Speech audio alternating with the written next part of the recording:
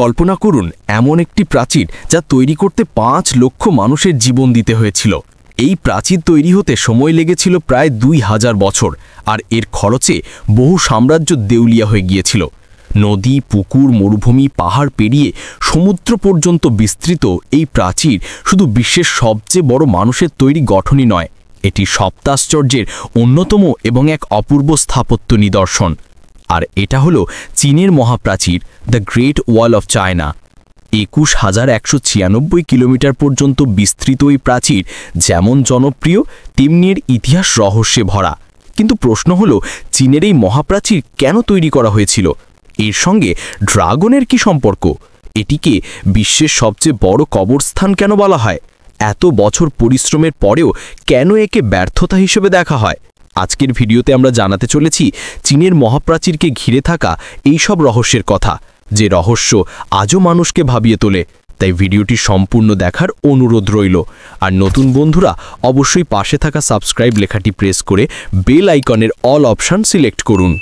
The great wall of China এটি বিশ্বের সবচেয়ে দীর্ঘ প্রাচীর, তবে এটি সোজা কোনো প্রাচীর নয়, বরং অনেকগুলো খণ্ড জোড়া দিয়ে তৈরি। আজও এই প্রাচীরের অনেক অংশ একে অপরের সমান্তরালে এবং বিভিন্ন দিকে বিস্তৃত। সব খণ্ড একত্র করে এই প্রাচীরের মোট দৈর্ঘ্য ২১,১৯৬ কিলোমিটার।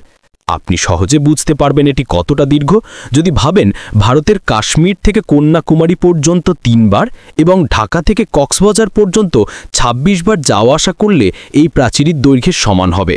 তবে আজকের দিনে এই প্রাচীরের বড় একটি অংশ নষ্ট হয়ে গিয়েছে।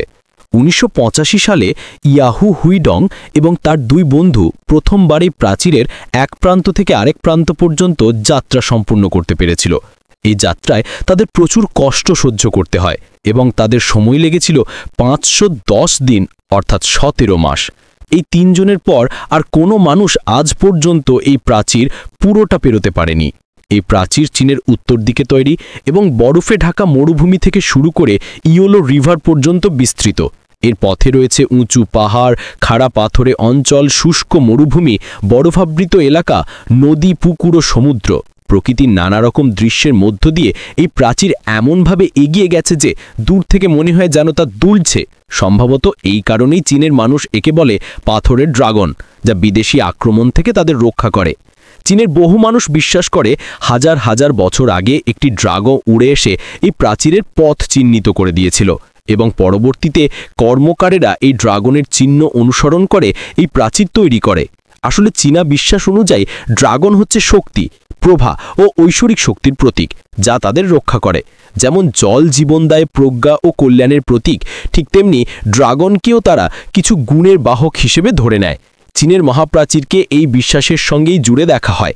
এই প্রাচীর শুধু শত্রুদের হাত থেকেই তাদের রক্ষা করে না, বরং একটি ভালো শাসনের প্রতীকও। ড্রাগনের সঙ্গে চীনের মহাপ্রাচীরের সম্পর্ক নিয়ে অনেক কল্পকাহিনী প্রচলিত রয়েছে। তবে যদি কল্পকাহিনীর বাহিরে গিয়ে ইতিহাসের দৃষ্টিভঙ্গি থেকে দেখি যে কিভাবে এই মহাপ্রাচীর নির্মাণ হয়েছিল, তাহলে আমাদের এই দৃশ্য দেখতে হলে ফিরে যেতে হবে ২০০০ বছর আগের চীনের ইতিহাস, যে সময়টিতে চীনের শানদং প্রদেশে মানুষ কৃষিকাজ শুরু করেছিল। ইয়োলো নদীর জল ব্যবহার করে তারা তাদের জমিতে সেচ দিত। সে সময় চীনের আশপাশে মঙ্গোলিয়া, মাঞ্চুরিয়া ও সিনথিয়াংয়ের মতো কিছু সাম্রাজ্য ছিল, যাদের মধ্যে বিশেষ করে মঙ্গোলিয়ার উর্বর জমির অভাব ছিল। মঙ্গোলিয়ায় হাজার হাজার কিলোমিটার দীর্ঘ মরুভূমি বিস্তৃত ছিল, ফলে সে অঞ্চলের মানুষ গবাদি পশু পালনের উপর নির্ভর করত। অন্যদিকে চীনের সিনচিয়াং প্রদেশের মানুষ ছিল সুসংগঠিত, আর মঙ্গলদের মধ্যে ছড়িয়ে থাকা বিভিন্ন উপজাতি প্রায় সিনচিয়াং প্রদেশে হানা দিয়ে লুটপাট চালাত এবং ধন সম্পদ ছিনিয়ে নিয়ে যেত। এই সমস্যা থেকে রক্ষা পাওয়ার জন্য চীনের কিছু মানুষ তখন তাদের একজন রাজা নির্বাচন করে এবং সীমান্তকে নির্ধারণ করে দেয়, এবং শেষ সীমান্ত ঘিরে উঁচু প্রাচীর তৈরি করার সিদ্ধান্ত নেওয়া হয়। এই সময় সম্রাট কিন শি হুয়াং ২২৩ খ্রিস্টপূর্বে এই মহাপ্রাচীর নির্মাণের কাজ শুরু করেন।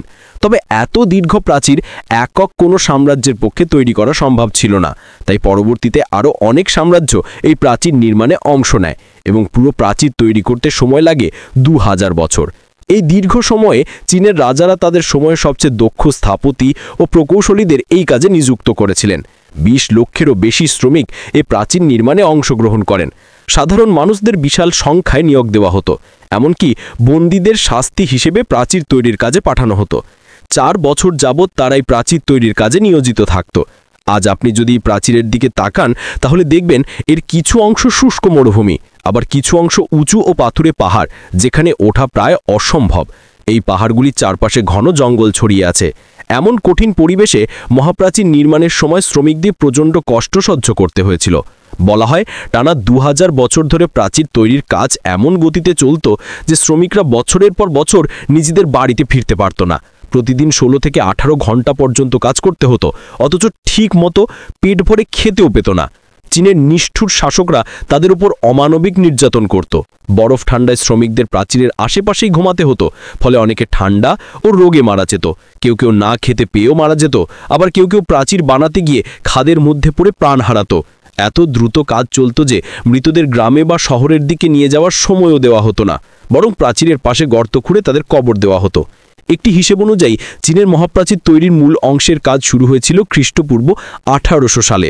এই প্রাচীর নির্মাণে প্রায় 5 লক্ষ শ্রমিক প্রাণ হারিয়েছিলেন, যাদের দেহ প্রাচীরের নিচে বা আশেপাশে সমাধিস্থ। এই কারণেই চীনের মহাপ্রাচীরকে বিশ্বের সবচেয়ে বড় কবরস্থান বলা হয়, এবং চীনের অনেক মানুষ একে অভিশপ্ত দেওয়াল বলে মনে করে। অভিশপ্ত বলার একটা কারণ ছিল যে এই প্রাচীর তৈরি করতে গিয়ে বহু চীনা সম্রাট ও তার সাম্রাজ্য দেউলিয়া হয়ে গিয়েছিল। যাই হোক, তাহলে এখন প্রশ্ন আসে, সেই সময় যখন সিমেন্ট এটি আবিষ্কার হয়নি, হাজার হাজার বছর আগে কিভাবে এই এত শক্তপোক্ত একটি প্রাচীর তৈরি করা সম্ভব হয়েছিল? আসলে চীনের মহাপ্রাচীর তৈরি করতে ইটের ব্যবহার করা হতো, যে ইট মাটি দিয়ে তৈরি করা হতো এবং ঘন্টার পর ঘন্টা চুল্লিতে পুড়িয়ে শক্ত করা হতো। তবে এই ইটগুলোর আকার ছিল আজকের ইটের তুলনায় প্রায় 4 গুণ বড়। প্রাচীর তৈরির আগের ভিত্তি বা বেসমেন্টে বসানো হতো গ্র্যানাইট পাথর, আর অন্য পাশে দেওয়া হতো বিশেষ চীনামাটি, যাতে বহিরাগত শত্রু সহজে দেয়াল বেয়ে উপরে উঠতে না পারে। ইটগুলো জোড়া লাগাতে ব্যবহার করা হতো চুন ও চালের গুঁড়ো মিশ্রিত জল। পুরো মহাপ্রাচীর নির্মাণে প্রায় 50 কোটি ইট ব্যবহার করা হয়েছিল। এর থেকে আন্দাজ করা যায় কত কোটি টন চুন ও চালের গুঁড়ো এখানে ব্যবহার করা হয়েছিল। চীনের মহাপ্রাচীর এমনভাবে ডিজাইন করা হয়েছিল যে এর গড় উচ্চতা ছিল 23 ফুট এবং প্রস্থ ছিল 21 ফুট। কোথাও কোথাও প্রাচীরের উচ্চতা 9 ফুট, আবার কোথাও 35 ফুট পর্যন্ত। এই প্রাচীর তৈরির মূল উদ্দেশ্য ছিল সামরিক সুবিধা, যাতে প্রয়োজনে একসঙ্গে 10 জন পদাতিক সেনা এবং 5 জন অশ্বারোহী একসঙ্গে দৌড়ে শত্রুর হানা প্রতিহত করতে পারে। প্রাচীরের 2 পাশে রেলিংও দেওয়া হয়েছিল, যাতে সেনারা পড়ে না যায় এবং শত্রুর আক্রমণ থেকেও কিছুটা সুরক্ষিত থাকে। প্রাচীরের বিভিন্ন জায়গায় ছোট ছোট ছিদ্র রাখা হয়েছিল। বলা হয় কিছু ছিদ্রে এমন অস্ত্র বসানো ছিল যেগুলি শত্রুদের ওপর গুলি বা শেল ছুড়ে মারত, আবার কিছু ছিদ্র দিয়ে তীরও ছোড়া হতো। প্রতি 100 মিটার অন্তর একটি করে উঁচু ওয়াচ টাওয়ার তৈরি করা হয়েছিল, যেখানে সবসময় একজন সৈনিক নিয়োজিত থাকতেন। দিনে শত্রু আসার খবর দিতে তিনি পতাকা ওড়াতেন বা ঘণ্টা বাজাতেন, আর রাতে আগুন জ্বালিয়ে সংকেত দিতেন। এইসব টাওয়ারের নিচে ছোট ছোট ঘর ছিল, যেখানে 25 জন করে সৈনিক থাকতে, খেতে এবং বিশ্রাম নিতে পারতে। পুরো প্রাচীর জুড়েই এমন প্রায় 26,000 ওয়াচ টাওয়ার ছিল, যাতে প্রায় 6 লক্ষ সৈনিক থাকতে পারে। এছাড়া প্রাচীরের নিচে অনেক গোপন সুড়ঙ্গ তৈরি করা হয়েছিল, যেগুলির মাধ্যমে সৈন্যরা এক জায়গা থেকে অন্য জায়গায় যেতে পারে, এবং এগুলির পথ শুধুমাত্র তারাই জানত। চীনা সরকার অনেক সুড়ঙ্গ আবিষ্কার করলেও আজও হাজার হাজার সুড়ঙ্গ রয়েছে, যেগুলির প্রবেশ ও বেরোনের পথ কেউ জানে না। যে সুড়ঙ্গগুলির মধ্যে বহু গোপন তথ্য আজও লুকিয়ে রয়েছে। তাহলে ভাবুন, এত বড় ও মজবুত প্রাচীর থাকা সত্ত্বেও একে অনেকে ব্যর্থ প্রকল্প বলে মনে করে, এবং এর কারণ হলো এই প্রাচীর থাকা সত্ত্বেও মঙ্গল এবং অন্যান্য বিদেশি আক্রমণকারীরা চীনে হামলা করতে সক্ষম হয়েছিল।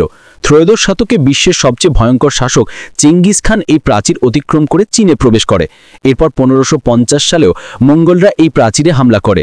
1644 সালে মাঞ্চু সাম্রাজ্যের সৈন্যরা এই প্রাচীর অতিক্রম করে চীন দখল করে এবং সেখানকার সরকারকে উচ্ছেদ করে। এর ফলে মিং বংশের পতন ঘটে এবং শুরু হয় কুইং বংশের শাসন, যা 20 শতক পর্যন্ত টিকেছিল। এই সময় মঙ্গোলিয়াও চীনের অন্তর্ভুক্ত ছিল। অর্থাৎ একদিক থেকে দেখতে গেলে এই প্রাচীরের কোনো কার্যকারিতাই তখন ছিল না। তবে দ্বিতীয় বিশ্বযুদ্ধের সময় চীনা সেনাবাহিনী এই প্রাচীরকে কাজে লাগিয়ে সৈন্যদের প্রশিক্ষণ দিয়েছিল এবং জাপানি বাহিনীকে ঠেকানোর চেষ্টা করেছিল। যাই হোক, সব মিলিয়ে চীনের ইতিহাসে এই প্রাচীরের গুরুত্ব অনেক। আজও প্রতি বছর 1 কোটিরও বেশি পর্যটক এই প্রাচীর দেখতে চীন সফর করে। হাজারো রাজ্যত্বের পতনের সাক্ষী, লাখো প্রাণীর বলিদানে দাঁড়িয়ে থাকা এই প্রাচীর শুধু ইট আর পাথরের গাঁথুনি নয়, এটি এক জীবন্ত ইতিহাস।